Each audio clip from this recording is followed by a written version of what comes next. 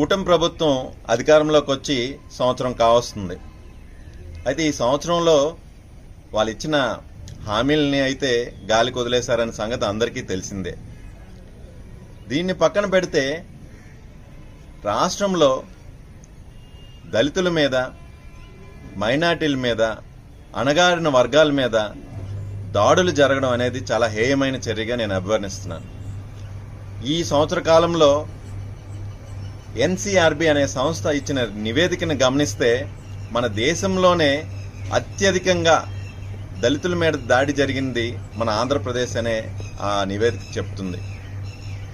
మొన్నటికి మొన్న అనంతపురం జిల్లా ఉరవకొండలో చూస్తే దళితుల మీద జరిగిన దాడి అయితేనేమి, కర్నూలు జిల్లా ఆదోనిలో ఒక మహిళను ట్రాక్టర్తో తొక్కిచ్చే సంఘటన అయితేనేమి, పల్నాడులో ఒక దళిత స్త్రీకి జరిగిన అన్యాయానికి ఆమె ఆత్మహత్య ప్రయత్నం చేయడం అయితేనేమి, మదనపల్లిలో నగిరిలో దళితుల మీద జరిగిన జారి అయితేనేమి, ఇవే కాకుండా మాజీ ఎంపీ నందిగామ సురేష్ గారు ఒక ప్రభుత్వ ప్రతినిధి, ఆయన ఒక ఎంపీగా మన రాష్ట్రానికి అందించిన సేవలను కూడా గుర్తుంచుకోకుండా అక్రమ కేసులు పెట్టి ఆయన్ని అరెస్ట్ చేసిన విధానం కానీ, ఇవే కాదు ఒక ఐపీఎస్ ఆఫీసర్, ఐఏఎస్ ఐపీఎస్ అంటే ఒక గౌరవపదమైన ఒక పోస్టింగ్, అలాంటిది ఒక ఐపీఎస్ ఆఫీసర్లు సంజయ్ గారు అయితేనేమి, సునీల్ గారు అయితేనేమి వాళ్ళని సస్పెండ్ చేసి రోడ్డు మీద నిలబెట్టిన సంఘటనలు.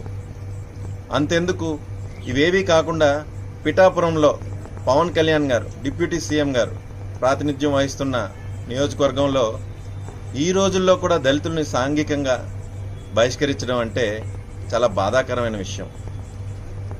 నిన్నటికి నిన్న తెనాలిలో కూడాను ఒక దళిత విద్యార్థిని, అలానే ఒక మైనార్టీ విద్యార్థుల్ని, అణగారిన వర్గాల వాళ్ళని రోడ్డు మీద థర్డ్ డిగ్రీ ప్రయోగించడం దేనికి?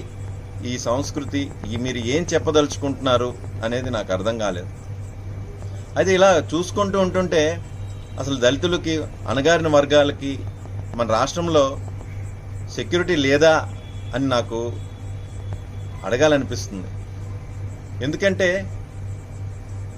ఈరోజు ఇన్ని జిల్లాల్లో ఇంత జరుగుతున్నా సరే ఎవ్వరూ దీని మీద స్పందించట్లేదు.